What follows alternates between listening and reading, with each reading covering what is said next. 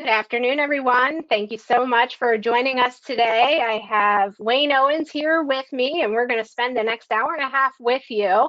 Hopefully, we'll keep you excited and laughing a little bit along the way.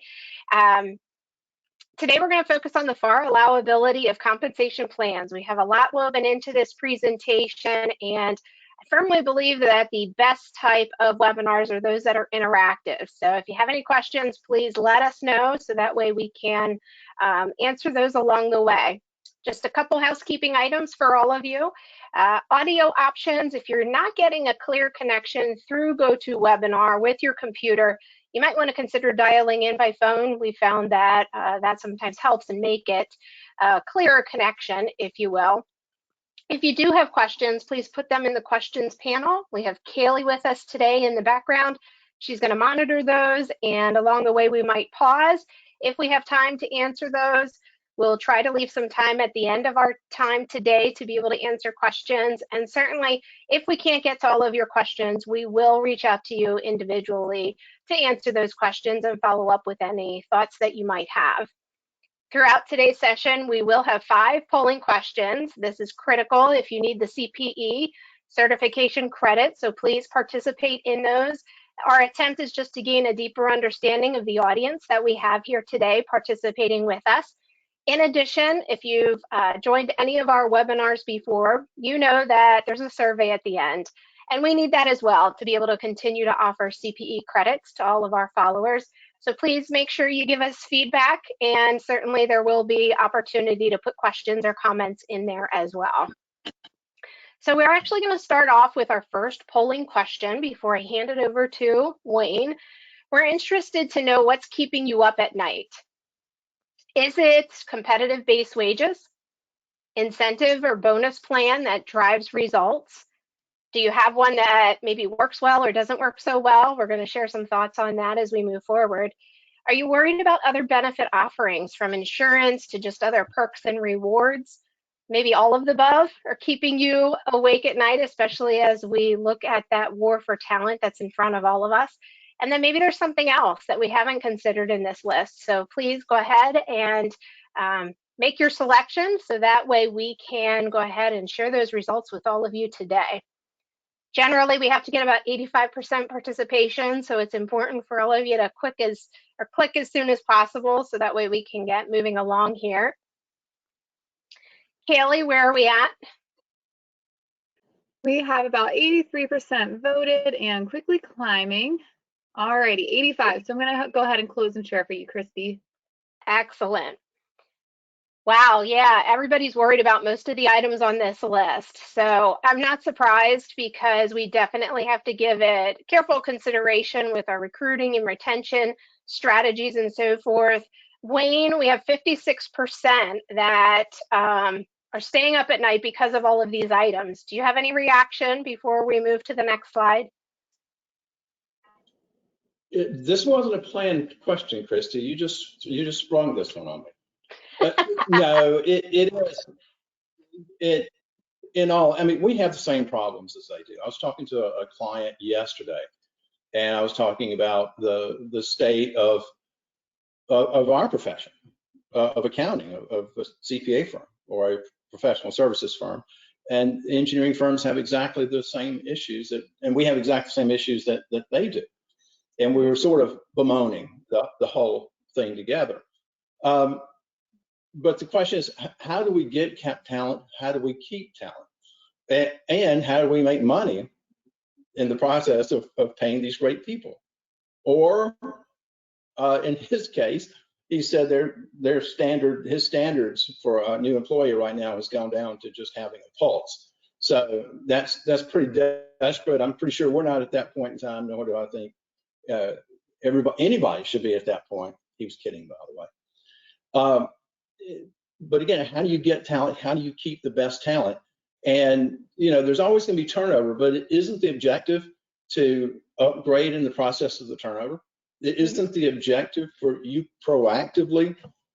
This is not a touchy-feely thing right now. I'm getting mean. It isn't the objective to proactively upgrade your staff, Christy, because it makes you a better firm. And I can love somebody, and think they're the greatest human being on the face of the earth, but if they're not a really good employee for us, that they're consuming resources instead of creating, then we can be friends on the outside. So anyway, yes, I'm excited. I felt this would be a fairly good topic because of where we are today, and also since all I really care about is government contracting, the FAR stuff, it sort of worked out for me too. So I was excited about that. Yeah, just to elaborate a little bit. So definitely, if we have a C player who's moving along and trying something different, we absolutely have an opportunity to take advantage of that and bring in somebody more skilled or who performs a little bit better. And so we also just have to give thought too, as we look to the future, the skills that are walking away may not be skills that we need in the future anyway. So it gives us an opportunity to think about what are the skill sets that we need? What are the experiences of the people we're hiring that might be able to help us with our technology priorities, right? Because technology is such a critical part of our roles and so forth. So just wanted to elaborate there a little bit.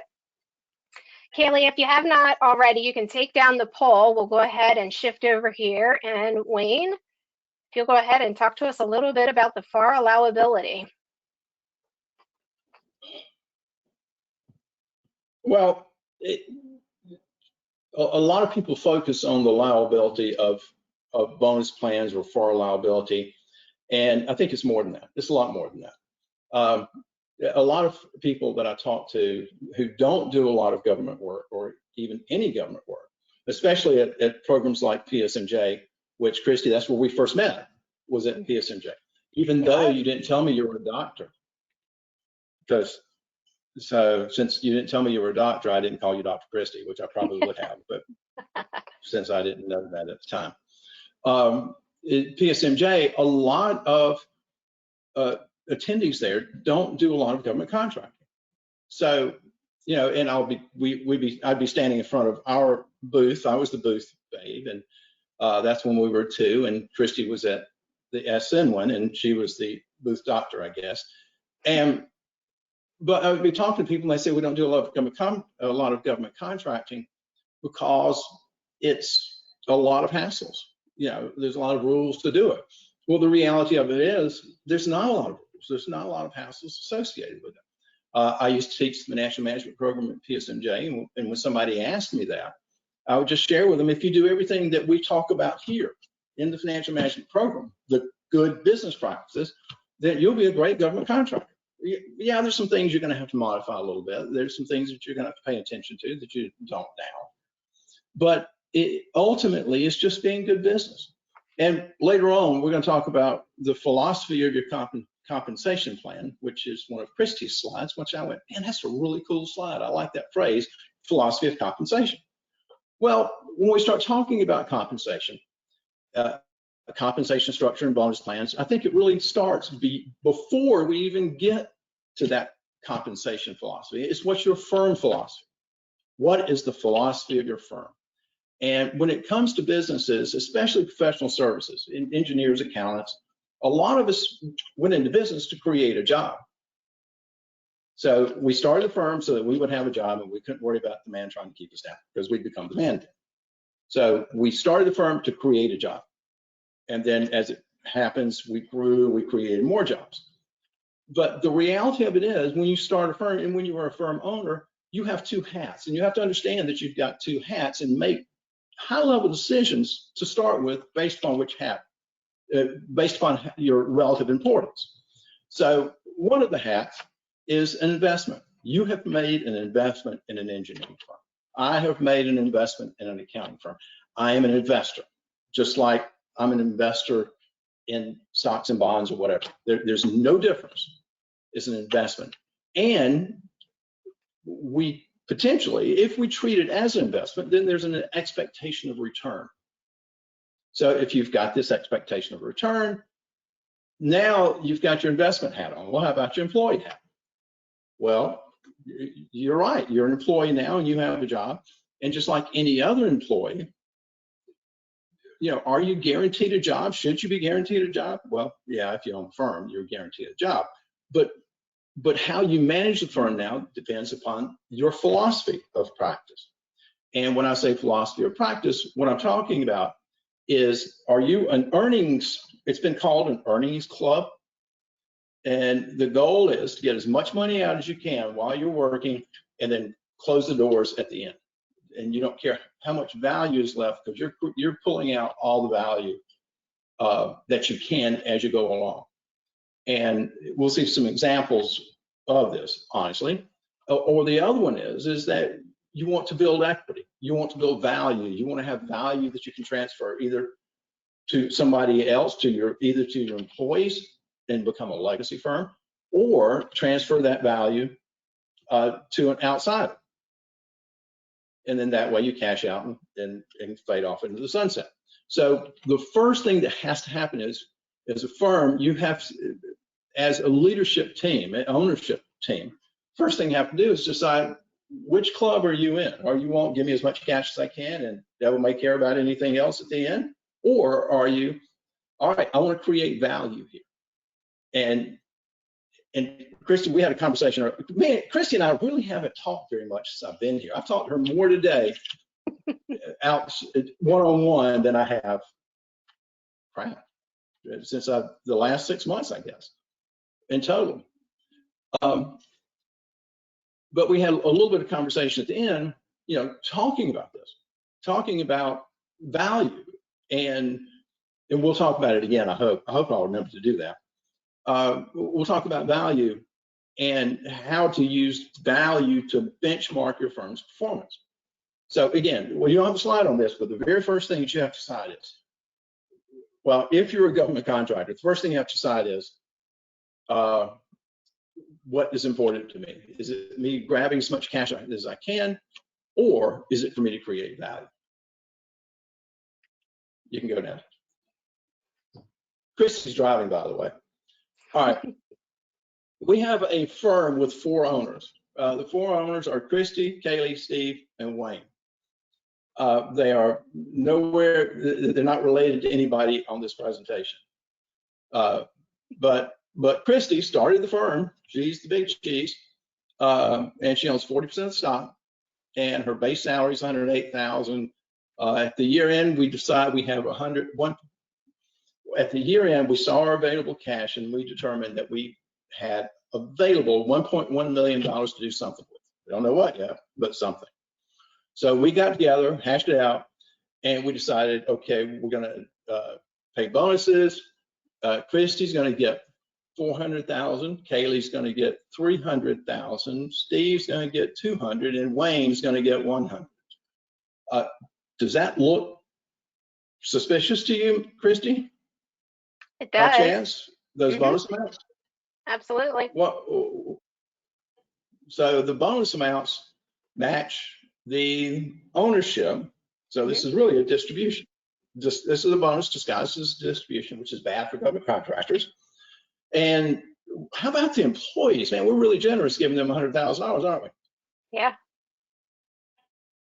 Well, if that's total for all employees, it's not very generous, depending how many employees you have. Yeah, but it's not.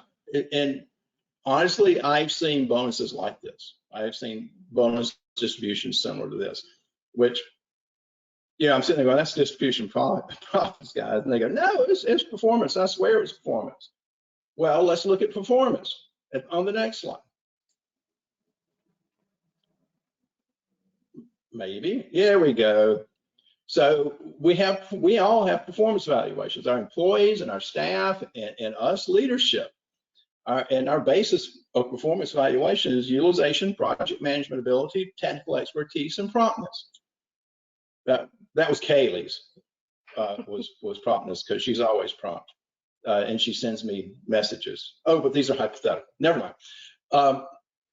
And that's a basis of performance. And for the record, and I'm gonna say it here, and I may or not say it again, or I hate utilization as a performance metric. I hate it, hate it, hate it, hate it. Why is that?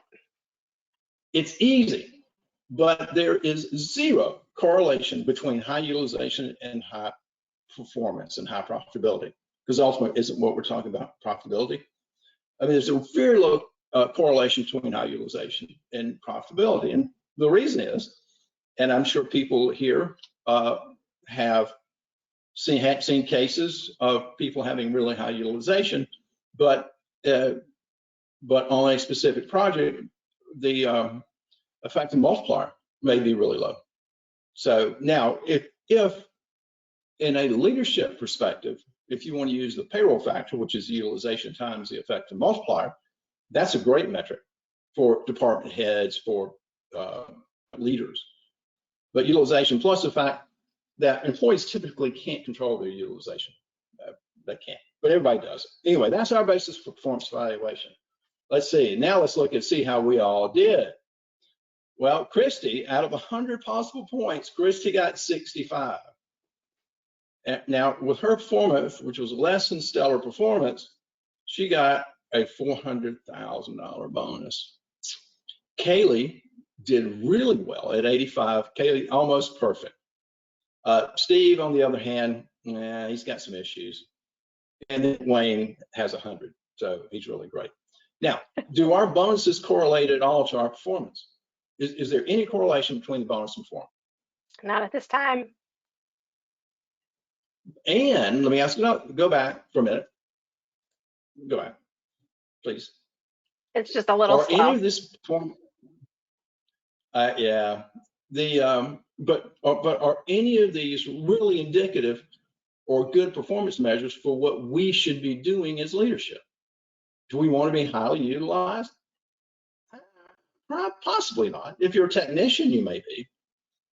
But we need to have, even before Christy starts saying the brilliant things that she's got to say, I believe that performance metrics for each individual employee needs to be matched with what we expect out of them and what we want from them in the future. Back to utilization for a minute. Did I tell you I don't like utilization as a performance measure?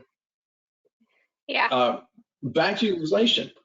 See, I believe, there's so much focus on direct labor, and direct labor is important. I cannot overemphasize how important the collection of direct labor is, because that converts into revenue. But direct labor is our present. We need that labor to stay in business today and to be successful. But indirect labor is our future. It's not throwaway time. It should be budgeted time. It should be time that we say to our employees, these are what we expect from you in the future, and here's your development path for it. One of the things that's really great about SN is we have this spiffy little, I don't know what the heck it is. It's Polera. What is that, a website, an app, or what? It's a software. Mm-hmm.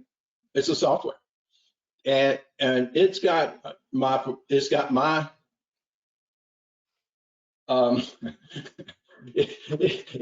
got my personal improvement plan in there, which I have no clue what it is, nor how to get to it. I'm sorry, I shouldn't be saying this.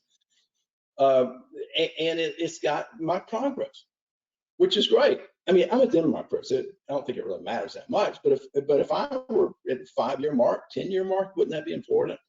And wouldn't it be important for our performance measures to match, our measurement for bonus purposes or incentive purposes to match that?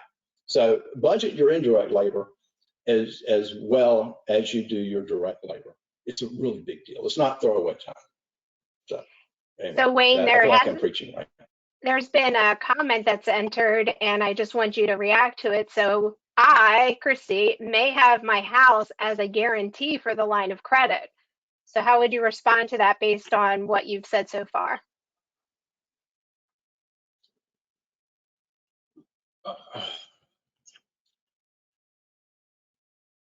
I'd say I've got a story. I don't know if I've got, well, heck, I've got time. What the heck? You're controlling the slides.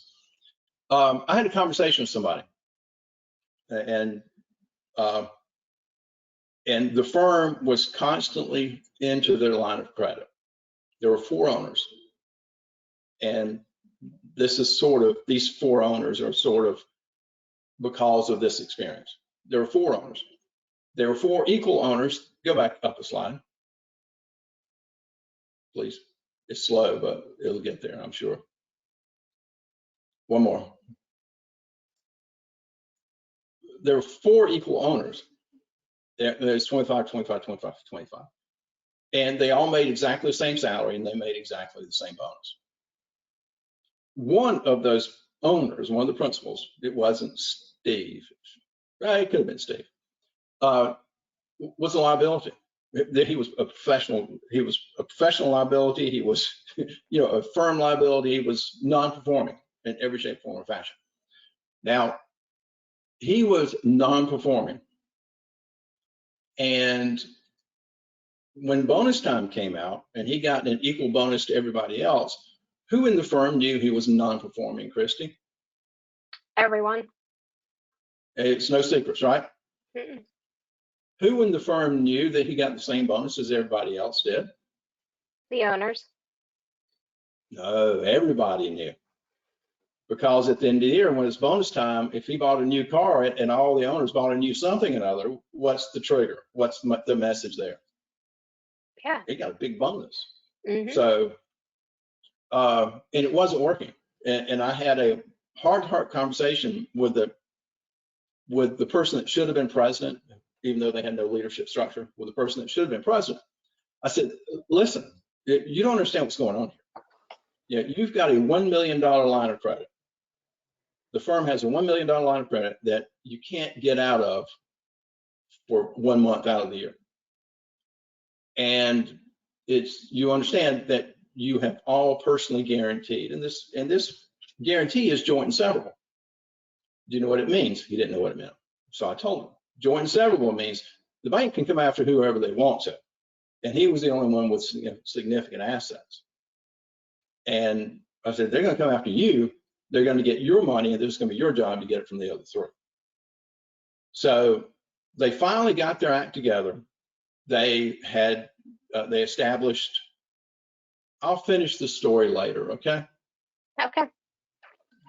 Okay, good. Are you ready to dive into reasonable compensation? I'm sorry? Are you ready to dive into the reasonable compensation? No, but it's okay, I can't. The farm requires, just to answer the question, if you've guaranteed the line of credit, then what you want is your business to be successful. The decisions that you make on an ongoing basis needs to be what will make my business more successful as we go along, because the more successful the business is, the less risk that guarantee is, or you're having on the line for the line of credit. That reduces your risk dramatically. So, I think there's a real incentive to do it what I consider the right way, but that's just me. The FAR does require reasonable compensation. It requires reasonable compensation for each labor category. Junior professional staff, administration and tech staff, managers, executives, interns, just whatever level you have in the firm, it's supposed to be reasonable for the services provided.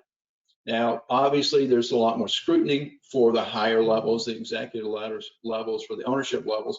But honestly, I have seen cases where a DOT went into a firm and went below those executive layers and started looking at compensation below those levels. I thought it was a wasted effort. I didn't think that it was very fruitful to do it, but they still did it. And there was a little bit of a contest over that too. So my personal opinion is that, if it's an unrelated third party, I'll almost say reasonableness is in the fact that you negotiated your employment. So if Christy, you and I aren't related and you're going to hire me, are you going to hire me and you're going to pay me a big salary just because you like me? Or no. Is it going to be what is a fair salary to you believe is a good investment? Mm-hmm. So that arm's length transaction really does do a lot to it. And also, as far as reasonable compensation is concerned, it depends on where you live. I don't think it's as much today as it used to be, which I think Christy's going to talk about that later, but it still does depend on where you live. So there is a requirement for reasonable compensation across the board when it comes to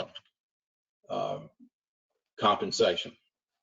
Now, the first question is, what determines base salary?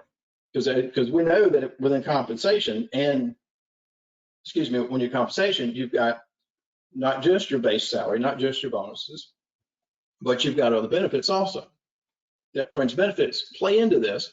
And we're really not going to talk about fringe benefits today, except for qualified retirement plans, because qualified retirement plans are considered a testable compensation for the purposes of compensation testing. But what determines base salary? And the first is compensation philosophy. That's Christy's work, as I shared earlier. What do you mean, Christy? Yeah, I'm actually going to talk on that. I have another slide here in the near future just to dig down into that a little bit further. Compensation philosophy is, why do we do what we do? And so we're going to speak to that a little bit here in a couple slides. Excellent. Another one is local wages. Used to, local wages were really more driven in an engineering firm, in a professional services firm. Local wages were really more useful when it comes to administrative staff, not the professional staff. Is that fair to say, Christy? Or not? I'm not sure. Okay, I was expecting a really definitive answer one way or the other. I don't have one. Well, I know that I've been hanging around A&E firms since 1995, maybe. And I used to be CFO of an architectural firm, and I knew when we needed somebody, we would go out beyond our immediate geographic area to find somebody. That's what I'm really talking about. So we could recruit somebody from Alabama. We were in Georgia. This was in Atlanta, Georgia. But we would recruit from somebody from outside. We would bring them in, but we would have to pay moving and all this other stuff. So, but yes, local wages do play a role. Are we going to talk about that later on too? We are, aren't we? A little bit, yeah, about the geographical differences. Mm-hmm. Yeah. Dominant client type really plays a role in how you establish your base salaries. In a lot of cases, allowable contract labor rates matter. They're not supposed to, but this comes under the golden rule. He who has the goal makes the rules, in case you didn't know, Christy. But there are DOTs that will still cap labor rates. So if I'm an owner and I make $50 an hour is my base salary, and the DOT says, nope, you can't charge more than $45 an hour. Now, all of a sudden, I've got $5 more direct labor than I do per hour of direct labor than I can actually get paid for. So in that case, maybe if that's a dominant client, maybe I may want to have my base salary at $40 an hour or 80-something thousand dollars a year, not 100. So it really depends upon that dominant client type and and within that the allowable contract labor rates. We do have clients that cap labor rates for executives in the job cost system, which isn't overly cool, but more than a few people do that because, again, they know they can't charge more than whatever that amount is, so they don't do it. So I think that all comes into what determines the base salary. Do you agree, Christy? I do, yeah. And, it will be interesting going forward because geographic differences, local differences have traditionally been anywhere from 0 to 30% as you look across the United States and potentially other countries. And now with a lot of people shifting to remote work, will that change the dynamic of that? We're pretty confident it will. We just don't know exactly what that story looks like. So it will impact what we do from a total compensation standpoint as you think about not only base comp, but also bonuses, incentives, benefits, etc. How many states does Stand-By Nest have employees? Over 20. We might be near 30 now. Mm-hmm. How did it look 10 years ago? 5 years ago, we were only in 10 states. Yeah. Tennessee 10 and years New ago, York, it might have been Pennsylvania. one state. Yeah. So even our practice, our business has changed. I'm in South Carolina, by the way. Where are you, Christy? Pennsylvania. Pennsylvania. Sweet. Okay. So, the first part of this is compensation philosophy, and what is our reasonable basis for determining that base salary? So, All right, let's go to our second now, poll question. Kaylee, if you'll kick that off ooh, for us. We're interested in knowing if you currently conduct a compensation benchmarking research each year as part of your annual process for reviewing compensation. So if you could click yes or no. As soon as we have 85% participation, we'll go ahead and get that shared so everybody can see. It looks like a majority are saying yes so far. Just got 10 more percent that we need for you to click. You're all doing so well. Thank you so much. We're right there close to the 85%. I appreciate that. Sometimes it's a little painful during our webinars to get people to click that. So Kaylee, if you want to share it. All right, we've got 59% of you that do, and that's a good exercise. And we're going to speak to that a little bit, just to give you a few things to be cautious of as you do that going forward. So I'm going to talk about compensation philosophy a little bit. We've hinted at this a couple times so far. And so, I want you to give thought to how do you approach your compensation decisions? Is there thought? Do you have something formalized and written down, or is it a general understanding? And there really is no right or wrong, although there are best practices. So allowing each hiring manager in 30-some states to make their own decisions, probably not a good practice, right? Because you could definitely have skewed data just based upon what the talent is demanding or what the hiring manager thinks he has to or she has to pay in order to get that person to come join their team. So you want to be cautious and try to centralize that decision making as to when do we step outside of what we normally do for trying to enter into a new market or trying to hire a specific skill or trade in a certain area. We might have to step outside of that, but allowing hiring managers just to pick and choose, I would caution against that. And then part of your philosophy, do you normally pay below, at, or above industry average? Not sure that I would be excited if you told me that you were below, but if you're paying at industry average, that's okay because you might offer some great rewards in the form of bonus or incentives.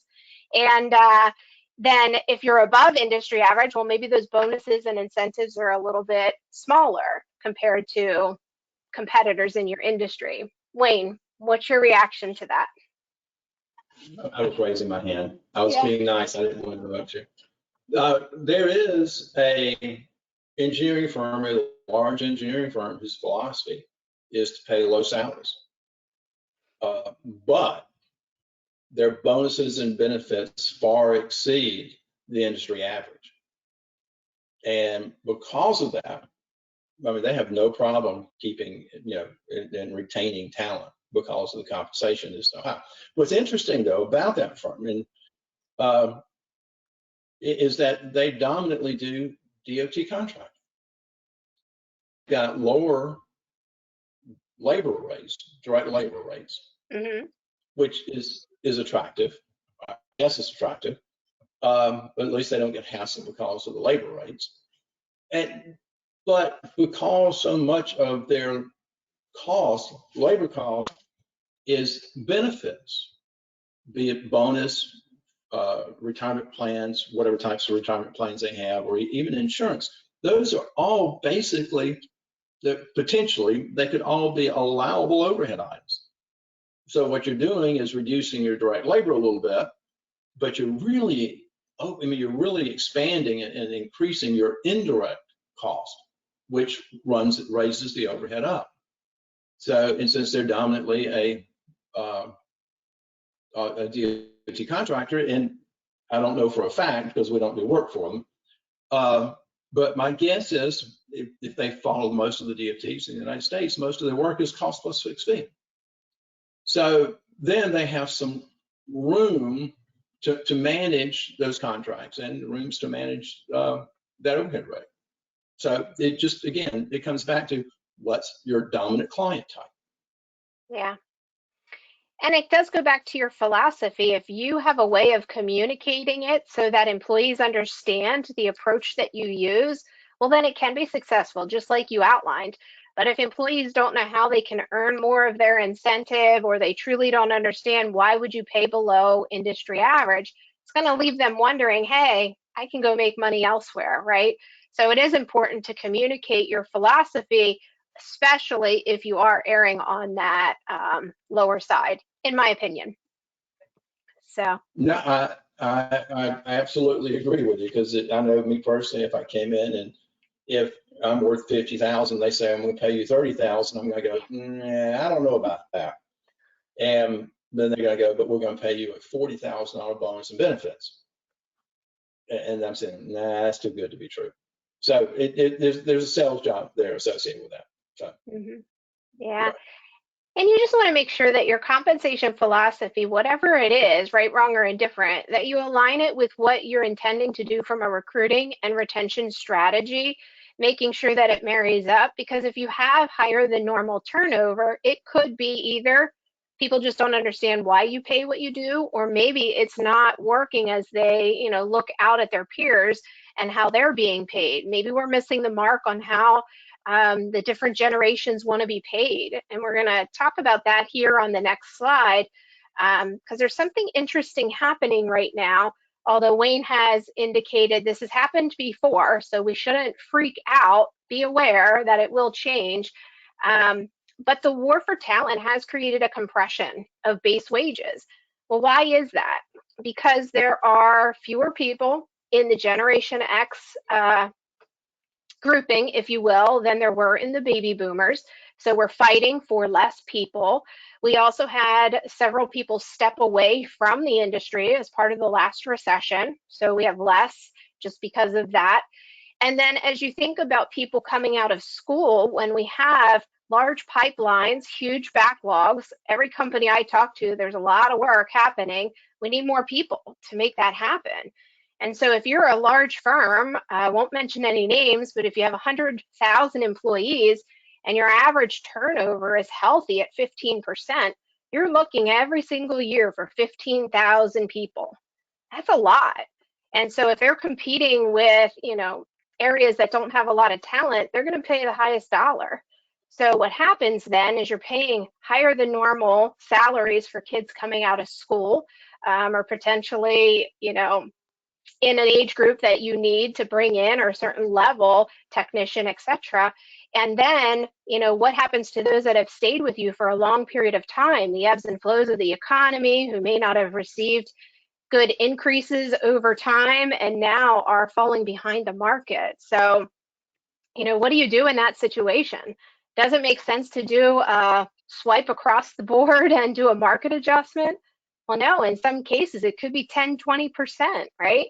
And so that's huge, especially, if you're thinking about multi-year contracts, and Wayne can definitely elaborate on that. So your hands might be tied, because where's that money going to come from if you decide to do that?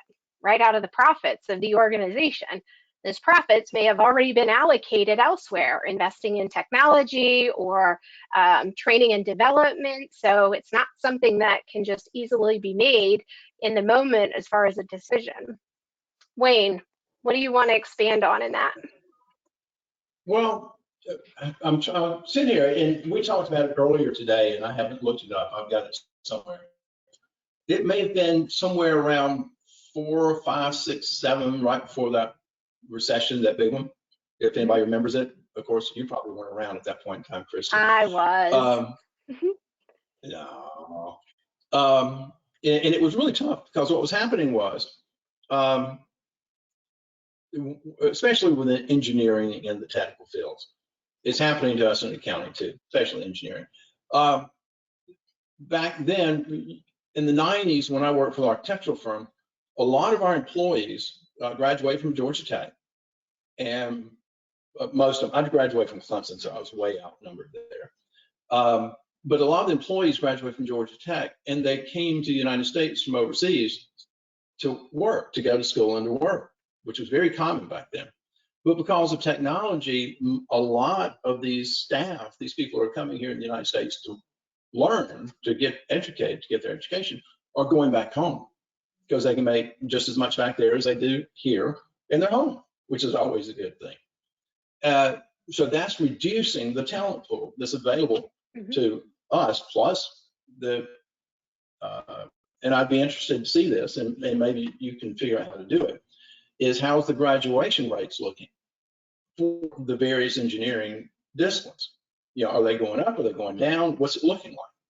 And, you know, there's a push for STEM, but a lot of the STEM programs, there's some disciplines that aren't engineering or any math in that STEM program.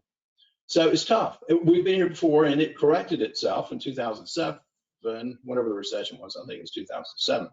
But it's a tough one. I tell you, it is a tough one. Yeah. So a couple other things that we want to talk with you about when you're thinking of reasonable compensation is looking at your job descriptions. We're going to dive deep a little bit here on the surveys. That's why we asked you the poll question. We're going to talk about the median and the mean quickly, and then talk about what a comfortable or reasonable range is as far as compensation.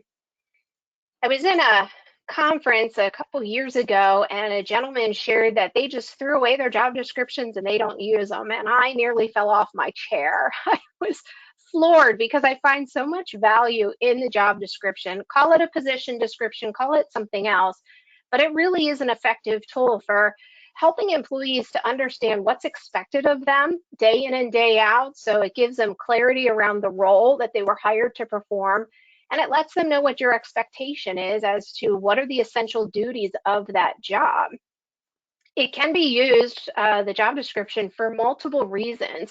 I have an example here. As we think about salary exempt versus non-exempt, it's a document the Department of Labor is going to ask to see, especially if they're questioning how you might treat someone. So your Rachel receptionist is being paid salary exempt. Department of Labor is going to want to know more about that, right? And so it can also be used when you're thinking about workers' compensation, unemployment compensation. And so that's why I take it so serious. And I'm sure there's others that might agree with the gentleman at the conference, but you know, it's not something that you just do and set it and forget it. It's something that you do update, because we know technology is changing, the way that we perform our work continues to change. So we do want to continue to update it, and if we have to do it annually, then do it. And we want to be able to point back to it, especially if we have employees who are not performing well and might need to be moved along from the organization. So the one thing that I do want to caution you of is, though, is as you go out there and try to look for sample job descriptions, just be careful. There isn't always a one-to-one or an apple-to-apple comparison with job titles. I shared with Wayne that I refer to it usually as lipstick. Doesn't matter the color, right? Because you want to focus on what the function of the role is. That is the baseline you should use then for looking at compensation and determining what is the fair price that we should be paying for this individual. Wayne, anything you want to extend on that? At two, we were a small firm, and it was so funny because when we first started, somebody asked me what my title was, and my response was CPA. They were expecting like president or something fancy like that. I said CPA. Mindy's title was Spark Plug, just to let you know. And because we didn't go for titles. And one of the transitional things that I was not expecting, nor was it anywhere close to my radar, is the matching of job titles of our staff with the SN staff. You know, and that was never on my radar, that could actually be an issue, but it has turned into an issue. It hasn't been resolved yet, but it's still an issue. And so, again, because I guess because I care about what I'm doing and what we're doing, and we're doing the best job we possibly can and all this other stuff, but people have careers beyond here. And that job title can definitely affect what happens to them next. Is that fair, Christy? It is, because job title does mean something different when you're looking at different individuals. To one, it could be very important, and to others, it could not. And so focusing on the role, then we can better understand why maybe the words are chosen in the job title that they are. Yeah.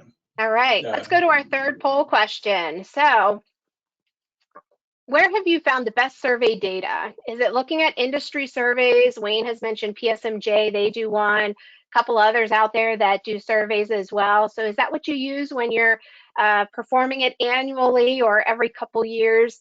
Are you going back to the Bureau of Labor Statistics or looking at any other government studies?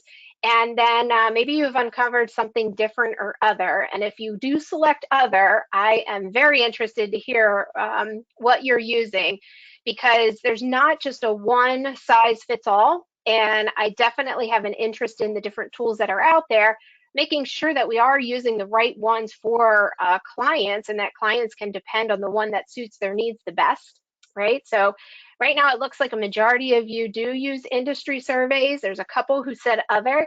So in the survey at the end, please put that in as a comment or a note, so that way I can take a peek and look at those tools, especially if I haven't bumped into them in the past.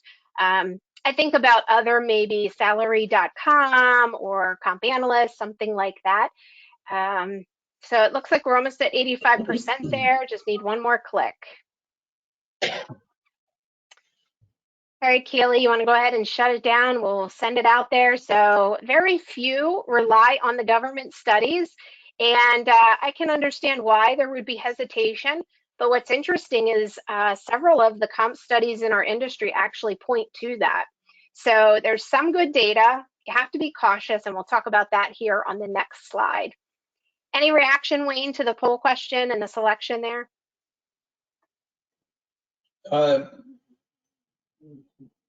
Yes, as a matter of fact. And the reason I stuttered is I'm trying to remember to even talk about the compensation matrix in this presentation. You may remember it, I don't remember. But the compensation matrix that the AASHTO has published, that most DOTs go by when it comes to the reasonable compensation of executives, it's really a combination of, I think, 3 surveys: PSMJ, Dietrich, it's ERIs, and I think is that a survey, Christy? Yep, it is. You're ERI. right. Yeah. I think that is the 3 surveys that they use, is the ERI. So. Yep. Okay. So let's talk about survey tools a little bit. When you are exploring which one would make sense for you, you want to take a look at who's participating in that survey. Is there a good representation of companies that you align yourself with?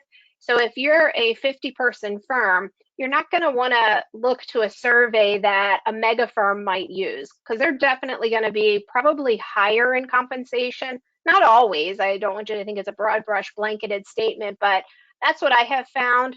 So there are other survey tools out there that focus on that small to middle or medium-sized firm, and that might be more appropriate to get you where you are, just preparing you so you don't have sticker shock. There definitely is value in using an industry survey tool. They better understand the positions and the function and the roles. And so they bring to the table, hopefully, some really good experience and knowledge of the industry as a whole. So that's helpful. With general surveys, you typically have a broader audience, so it's a little bit more leveled out as you think about some of the differences nationally or internationally.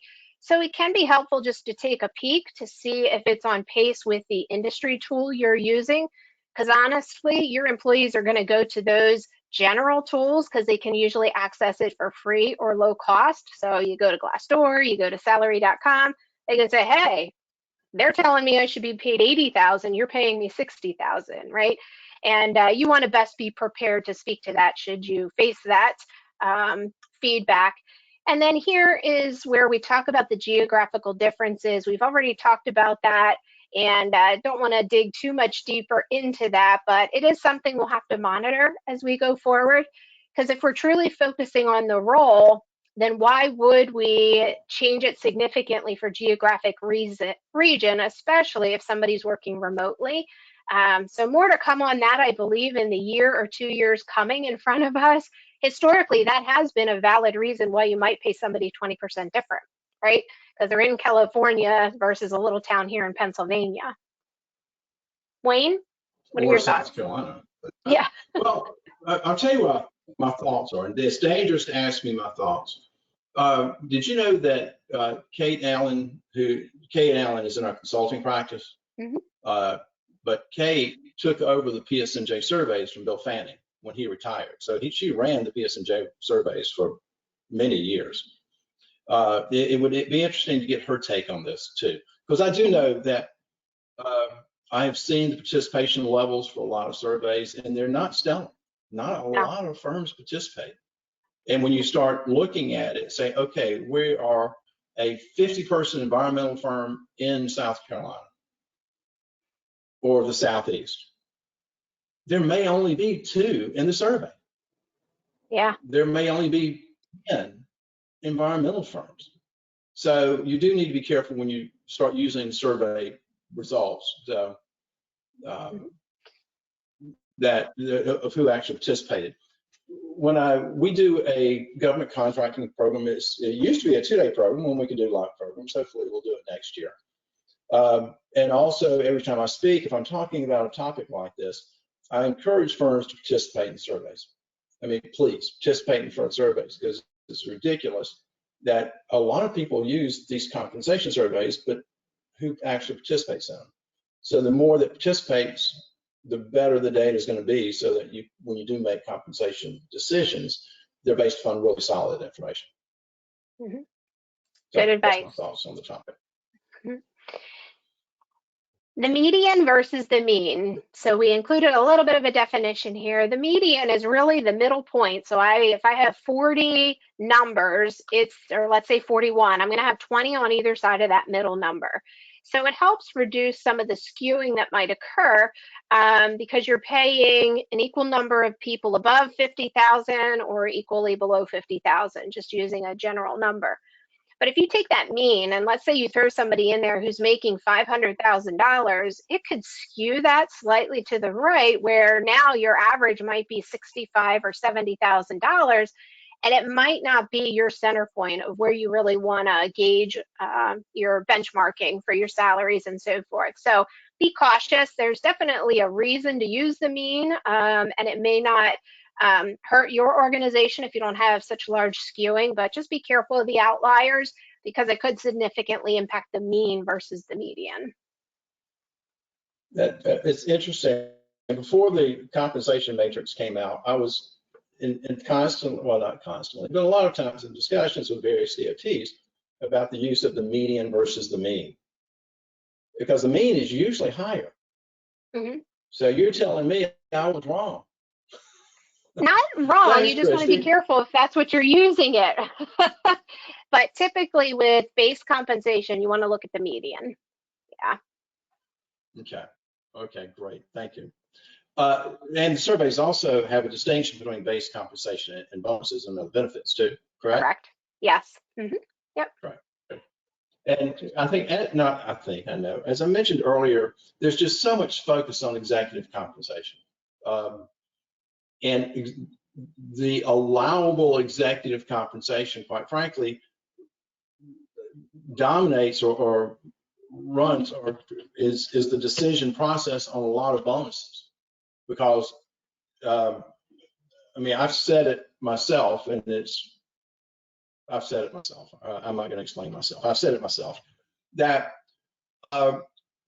you know, I'll be sitting there discussing with a client their bonus plan in general, but specifically their personal bonus or the executive's bonus.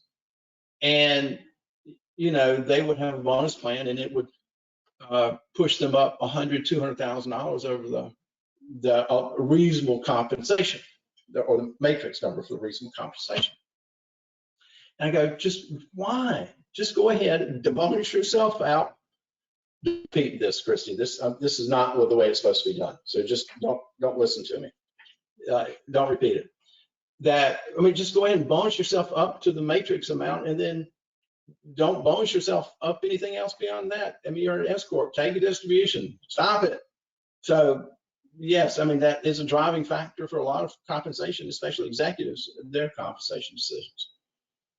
So we can go to the next slide if you want to. You don't have to. There has been a lot of discussion as far as what is testable compensation when it comes to the, well, first of all, what positions need to be tested, and what makes up allowable compensation. And according to the FAR, it's basically the top 5 executive positions in a firm. And arbitrarily, I've put 10% owners, that's, and their family members, as, you know, of positions that need to be tested. Each firm's different. So one of the things I believe that firms need to do, you know, if you're doing government contracting, if you're doing the reasonable compensation schedule, you just need to look at the firm and see what the positions in your firm look like and who the owners are. Because there are cases where there is a 10% owner that is a project engineer for whatever reason. We have a client that one of the accounting people is one of the higher owners. And the reason for it is that they had a little spare cash. The firm opened the ownership up to employees, and they bought, which is great. But how much control does that accounting person have over the decision makings of the firm? Not a lot. So in that case, it could be a higher percentage level of ownership, but still not be testable. So the first thing you need to do is look at the positions within the firm and its top 5 positions, not top 5 executives, it's positions. Good thing we're not banks. And plus owners and the family members of these people. But it's evaluated, compensation is evaluated on the basis of total compensation, which includes salary, bonus, company payments to qualified retirement plans, and then other company paid allowable benefits that are included in the W-2. And, you know, the executive comp is subject to strict allowability criteria. And what does that mean? I think the next slide is going to tell me that. I'm not sure, but it may. No, it didn't. Dang it. So go back up, please. You're slow, I know. All right. So there was a time, and it still happens today, where some of the DOTs came and said, well, your bonus is too high. Not naming any names, but Illinois limited bonuses, amounts. Even if it were an allowable bonus plan, a well-written bonus plan, and even if the firm had a cognizant letter, they would limit bonuses on certain executives. And they had some arbitrary criteria. And the reality of it is that your total testable your allowable compensation, your testable compensation, which potentially could be allowable, includes your allowable bonus, period. Now, if technically speaking, if a DOT comes in and says, Christy, you're the president and you had your $400,000 bonus. Part of that bonus was a distribution of profits. And technically, and it's not allowable. Well, what they just said is that your bonus plan was not an allowable bonus plan. That the bonuses, and we're going to define what an allowable bonus plan is. So the plan is either allowable or unallowable. It's not partially allowable. So it is bonus payments from an allowable bonus plan, period.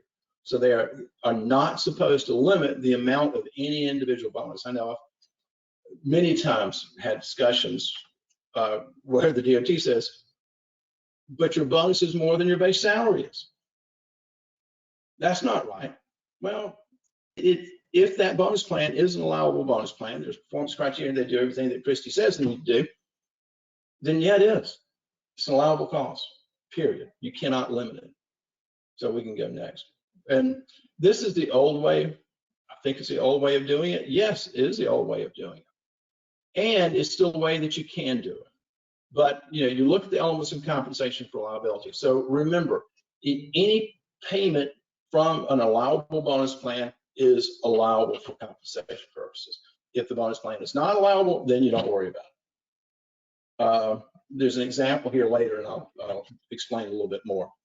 To determine the job description of each position, in other words, not just title, but what they do, because in many cases, the title can be different than their actual job. I know that, especially with small firms, we had a firm whose non-owner title of project manager was actually like the vice president of operations. That's how they functioned.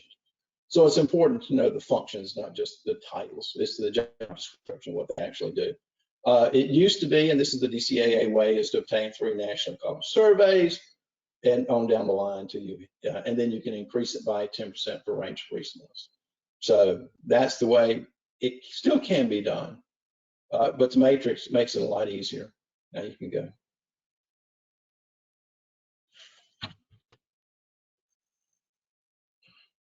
I clicked it. It's just being slow. It's being slow. Okay. There we go. All right. Now we still can. Yeah, everybody, and I suggest people use the matrix and don't mess with doing the 75th percentile, because I mean you can still do the 75th percentile as far as compensation, as far as allowable executive compensation is concerned. But they have to prove not only that the firm is above average in performance, but also each individual executive is above average in performance. Go, Christy, go. Maybe I should start telling you halfway through what I'm saying. And again, to achieve this above average compensation, you need to document what and why you're a high performing firm. And it does, and please don't say that we made a lot of profit this year. That's not a good answer. Establish performance metrics. Show growth, show customer satisfaction. Any measurable metric can be used to document why you're above average. And then, average, above average entitles, average executives based on performance criteria to use that 75th percentile of total compensation, meaning they're the 75th highest compensated positions, employees at those positions, which is great. But just because the firm is a stellar performer does not necessarily mean that each individual executive is a stellar performer. And that's why it's important to have well-documented performance evaluations, performance goals, performance evaluations, and bonus plans at that case. Now, the court cases that have established this was tech plan and information systems. And I'm not a big fan of doing that now. And the reason for it is that the compensation matrix has appeared, and most surveys use headcount for size, correct, Christy? Mm-hmm. I know that Dietrich does, I know PSMJ does. I'm not sure about ERI or the others, but most of them use headcount, which equates to net revenue, because it's net revenue per employee. Now, the compensation matrix uses total revenue. So if you're a prime, you've got a lot of revenue that doesn't stay in-house. So you get the benefits of that additional volume, and it raises your allowable compensation. Maybe I should have said next. But we have to understand there is an absolute max, and we can't go absolutely crazy with compensation. The absolute max, it depends on the contract. Okay. When we start talking about overheads and we start talking about compensation, we're really talking about contracts, because this overhead is being used to negotiate a contract. It's lump sum contract, a cost plus fixed fee, typically unit rates, all this overhead rate is being used to negotiate the contract. In the case of a cost plus fixed fee contract, that is billed as the work progresses, and it's billed as your direct labor rate plus, in many cases, your current overhead rate. So if you have a contract that was signed before June 24th, 2014, that contract can have up to $1 million of an individual and executive, senior executive with a on those contracts. They're really gone now. Right after 2014, we started putting the benchmark compensation amount in our disclosures. I think we've stopped doing that now. And now the Bipartisan Budget Act of 2013 established the BBA limit, which at the time it was passed was $487,000, and today the amount is $555,000. It goes up to maybe $575 for 2021. I don't know. I've forgotten. But again, BCA is only for the senior executives. The BBA is for all employees. So if you've got an employee that makes over $555,000, that compensation needs to be limited to that $555,000. Again, we've talked about this already. The total wages, including bonus, taxable fringe benefits. And taxable fringe benefits is not the insurance cost of an S Corp owner. That is not part of your testable compensation. That is just a tax. So reduce your W-2 by the amount of that number for the 2% shareholders. Reduce that. That is not testable compensation. It's unallowable, I guess, if you would say. And when you test your compensation, that compensation is tested based upon your total compensation. You reduce it by unallowable costs. So if you've got unallowable M&A activity, unallowable marketing, trade show, anything like that, then your compensation gets reduced. I've got an example. We've got an example coming up next. And then you just compare it to the matrix. We talked about the matrix. And owners, let's talk about owners. This comes back to what we were talking earlier about what is your philosophy, of your business philosophy. Are you all about earnings? I want the most money I can today. Who cares about the future? I'm not a big fan of that philosophy of practice, just for the record, because we did have some clients,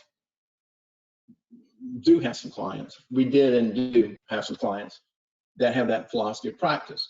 And when recession hit in 2007, they almost went out of business because they distributed most of their cash and they had no reserves to survive on. And many of these firms were just a skeleton of what they were to start with, because they had no reserves to fall back on. And we also have clients that had that value philosophy of management, and they operated to increase the value of the firm as they progressed from year to year.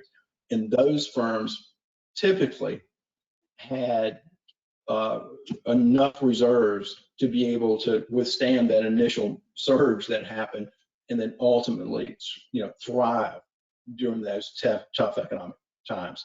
So for me, I really believe that this value, managing your firm for value, is absolutely the way to go, as opposed to this, how much cash can I get today? But again, it's each firm's individual choices. And I support you 1,000%, whatever your choice is. Go back. I talked too long. There we go. I believe that shareholders need to be rewarded. I believe it in my heart and soul. But it needs to be, it's not all the cash. Also, we need to recognize that part of that reward is in the increase in value of shares. I mean, we've got clients that values have increased 25% within the last few years, which is huge for them. So again, reward doesn't need to be in cash. A portion, and a portion of the profits share, appreciation needs to attributable to the owners need to be documented in the compensation plan also. It needs to be formalized. All right, now you can go. This is just an example of how we do the compensation testing. In this case here, salary wages are $381,000. Deferred compensation, that's their 401k. And then their bonus was $275,000. But if you look down here, including the W-2, well, there's 401k matching sitting there, which is additional compensation. Personal use of company auto was $2,300. That was included in the W-2, and that total compensation needs to be reduced. Also, he had reorganization labor. Actually, at this point in time, they were trying to, they were on the market and they were trying to sell, which they didn't, but they finally did, which was great. This particular firm had what I talked about earlier, had an owner's bonus plan. I don't know if I talked about it or not. I'll talk about it now. But I believe in the case of firms, if you are going to pay a bonus that is based upon your stock ownership or some criteria other than performance, then have a separate plan for that, which is what this firm did. So his total bonus was $275,000. Of the $275,000, $225,000 was the owner's bonus. And that was a bonus that was paid. I mean, part of it was for tax payments, and other part of it was just, this is what I want. Okay, fine. And the owners got together and said, let's go ahead and distribute this much money. It was not part of that performance bonus plan. And when you come down to it, their taxable compensation was $396,000. The matrix amount was $351,000, so they had an allowable cost of $45,000. And so, but their bonuses paid to employees were really high. So by having this owner's bonus plan, what ends up happening is that you're protecting that performance bonus plan. Then the DOT, the government, can't come in and say, oh no, this isn't performance based. Then this is because this is how much money you want. No, here is my performance bonus. Here is my mad money bonus, I guess. Next slide. All right. Poll question number 4. Do you currently have a bonus or incentive plan in place? Yes, we're happy with it. Yes, but we want to improve it. Or no, tell me more.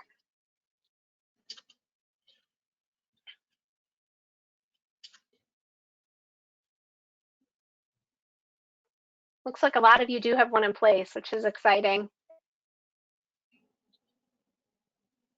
Yep, we're almost there. You're doing a great job today. I love it. All right, Kaylee, shut it down. We're there. Great. You can see the results here. It looks like majority of you do have one. Many of you are happy with it and others aren't so happy with it. And, I hear that a lot. I hear that people say, yeah, we pay a bonus, but it doesn't drive the results that we're looking to achieve. So Wayne and I are going to talk about that here as we finish out the remainder of our time here. So Wayne, do you want to kick us off with? I know. All right. So you want to talk about allowable bonus plans? Allowable bonus plans, it's really easy. It's not that difficult. And the determination of what allowable bonus plan is 312056-6F1. It's really hard. It's that bonuses and incentive compensation are allowable provided the awards are accrued under an agreement entered into in good faith between the contractor or the firm and the employee before the services are rendered, or pursuant to an established plan or policy followed by the contractor so consistently as to imply in effect an agreement to make such payment and the basis for the award is supported. That's it. That's all there is to it. That is an allowable bonus plan. What that means is I've had discussions with DOTs in some cases fairly lively that they didn't have a written bonus plan, but they had the same spreadsheets, they had the same everything for the last 10 years. And then they paid bonuses at the same time of year. They paid based upon similar criteria, not always the same criteria because it changed from year to year. And So it was consistent. It met this requirement, and the basis for the award is supported. A lot of people think that means it's performance based, so to speak.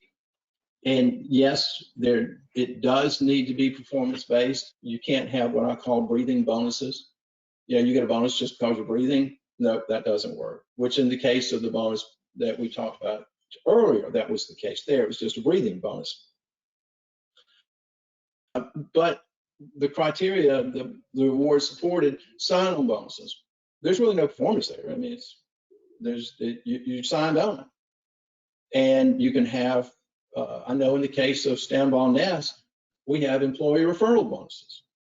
That if you refer somebody, they get hired.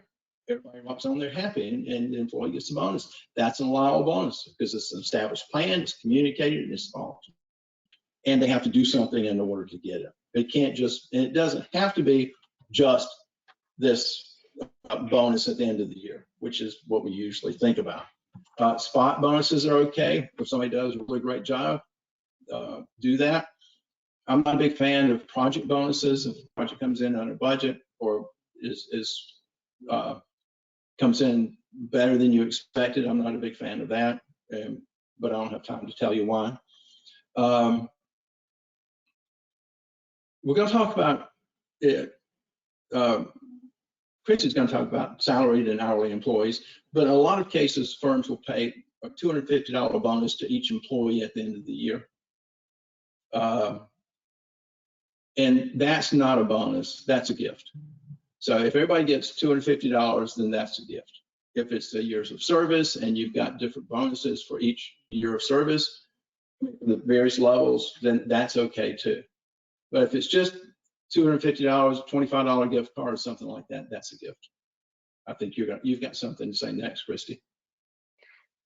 Actually, you want to talk from the audit guide first. Dang it. It just says that's not an important slide. I can read it. I just proved my point. I guess this is my slide too. Again, develop, document, and communicate to all important. Tell people that we have a bonus plan. There's no guarantee that we're going to pay a bonus, but there is an opportunity to pay a bonus. So if we do good, you do good. It should include a broad class of employees. It doesn't need to include all employees, but they should document who the employees are, what are the factors used, and the schedule for payments. And again, document bonuses, including the criteria for each individual and bonus amount. And when you have a bonus plan, don't say if we make a 5%, if our profit is greater than 10%, we'll pay out 50% of that. I think that would be a little bit of a disaster because now all of a sudden it starts to look like a distribution of profits. It's okay to put performance criteria in there for the firm, but when everything's done, honestly, the amount of bonuses that you pay out is dictated by how much cash you have and your available cash. Because we've got a client that actually has to, their original bonus plan almost put them out of business because they were paying based upon net income. Not really net income, a performance criteria that actually was net income. So they were paying more than they were actually collecting because of the receivables were growing. So you've got to be careful there too. Now?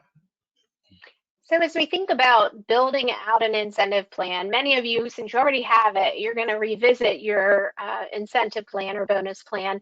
And part of that process for it to be most successful is you want to drive behavior. That's going to look different from one firm to the other. So meeting as an executive team, you just want to talk about what does that look like? What are we looking to achieve as we look forward into the future?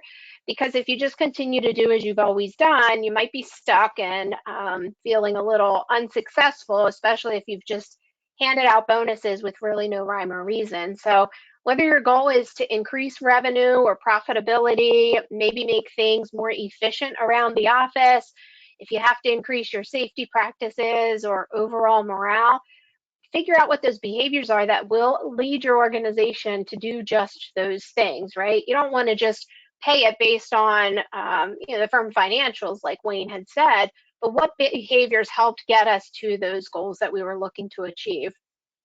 And then identify what is the frequency of that. Does it make sense to do quarterly? Do you have to spread it out a little further just because of the way that your projects might get paid? Some might last a year, and so the cash flow might not be there and available for you to be able to follow through on what you committed based upon the plan that you've identified. And then if you're shifting from one bonus plan to the other, try out a pilot period, test it out, gain the confidence of not only your leadership team that pulled it together, but your employees that are going to be impacted, and show them why this is a better way. So when they can see how their specific behaviors and actions lead to more of the pie, if you will, it'll get them excited maybe to do more of the good behavior that you're encouraging them to do. So just a few thoughts as you're going back to the table and maybe reconsidering how you pay out or incentivize employees. It's not a bad thing to look at it every year just to make sure, are we getting the most out of that investment that we're making in our people through the form of a bonus or incentive. But if you pay out the next year, be sure to accrue it during the year that you made it. Just wanted to touch here on the difference between a discretionary and a non-discretionary. So Wayne gave a perfect example of a discretionary bonus. It's that annual holiday, $250, or maybe people put it in the employees' pockets in the summer to go on vacation, right? Whenever you do that, that is discretionary. It's not guaranteed, not promised, not committed either verbally or in writing, just something nice that you're doing in the form of a gift. That does not have to be included in any calculation for overtime. So I know most of our messaging today was based on executive compensation and so forth, but if you are going back and revisiting your incentive plan for the whole organization, just keep this in mind, because as you do formalize or memorialize your incentive plan, it could then potentially have to be factored in when you're calculating overtime. That's when it shifts to that non-discretionary type of bonus. And so Department of Labor, it's a hot button for them. If they're in your doors for any reason, they're going to start looking at that as well. Had a couple clients who were impacted by that, and they actually lost, and they had to pay the back wages and so forth. So just wanted to call your attention for a moment here while we had you. And if you're not quite sure how that impacts how you pay people, your hourly staff, we have the formula here. You'll be getting a copy of this slide deck. But essentially, you have to now include that compensation as part of the regular rate of pay, which is not the hourly rate. It is a new rate based upon the weighted calculation of not only their regular normal pay, but also those bonus incentives. And then that is the basis for how you determine what the overtime rate is. So I could spend a whole session just on this topic, but did want to call it to your attention because this is a place that many companies don't realize or are aware of until the Department of Labor is in there and calling attention to it. Wanted to spend a few moments here just giving you a sample balance scorecard that you might find helpful as you're thinking about, well, how do we really drive the results we're looking to achieve? You're going to pick your performance categories, which a lot of times might align with your values or your vision or your strategic goals. And you're going to talk about, well, why is that so important? What are we looking to accomplish? You're going to identify, how are we going to measure that? Because the more that you can measure bonuses and incentives, the easier it is for your employees and your leadership team to know what they have to do more of to be able to get a larger part of that pie. And so, again, you'll have a copy of this. You can take a look at it. For simplicity, put the CEO and COO up here because we are talking executive compensation, just so you can see an example of how that might all flow through as we look at those performance categories and the specific tasks or objectives that the CEO or COO would have to do in order to meet, their performance goals. So that way Christy can get a bigger piece of that bonus at the end. In our hypothetical example, right? And then here I did just take that a little bit further for you and show you how You can then apply some weighting, because not all of them might be created equal. And then once we get that data back, when we measure them and we start putting that information into the tool, now we can figure out, did they perform at, below, or above what our expectation was for that criteria, whether it's a dollar, or a certain, just specific value or a percentage, etc. And you can flow that down through then to say, okay, well, this person's going to have the potential to earn $5,000 per quarter. However, because they fell short in a few areas, they only achieved 4,000 of that 5,000. So now this gives you a tool to put in front of the individual to say, hey, here are the areas that if you just did a little bit more, you potentially could have earned more. So for this one, it would be engagement. They did nothing or very little. They didn't meet the objective. And so if they increase that one, then they can get closer to that 5,000. Again, we could spend a whole session just talking about this. Let's do our last poll question here quick. Has a state DOT challenged your bonus payments? We're curious. We've only got a few more slides here until we're at the end. I know we've got 5 minutes left. So at this time, very few of you have been challenged, which is good. We never like to have an outside agency challenge our practices. It's not comfortable, right? And I just want to thank all of you for participating in these polls. Hopefully you found value in seeing where your peers were at that are sitting across the virtual table today. Kayla, you want to go ahead and shut that down? In the spirit of time here, we'll move forward. 83% of you said no, that you haven't been challenged, which is good. All right, Wayne, you want to talk about how to divide the cash out? Apparently somebody talked too much today. I think that may be me. Yeah, I mentioned earlier that we that it's really, the bonus payment is dictated by how much available cash you have, and it starts with defining what that is. And then let's look at some metrics and let's divide the cash according to these metrics. In this case, here you can see that we had goals for return on equity for our owners, equity per staff, and then the bonus pool was established this way. Now, there's a number of firms that do this, and people think that firm valuations are done because of ownership transition, but a lot of firms have valuations done because they manage based upon value. And this gives them that scorecard, if you will, as far as how are they doing as far as increasing the value of the firm. And typically what firms will do, will have a valuation. I'm not sure how many valuations we do like this. I guess I should talk to Brad first to find out. But how many of them are doing for internal performance purposes? But they'll typically do like one every 3 or 4 years, and then have a formal evaluation for those interim periods of time. So it's important to do. And that's it. And I've got 2 minutes to go. And then here's our big finish, by the way. Christy, I think it's our big finish. It is our big finish. It is. So how about this? Christy's the big cheese. Her base compensation is $216,000. Kaylee is the COO, $195,000.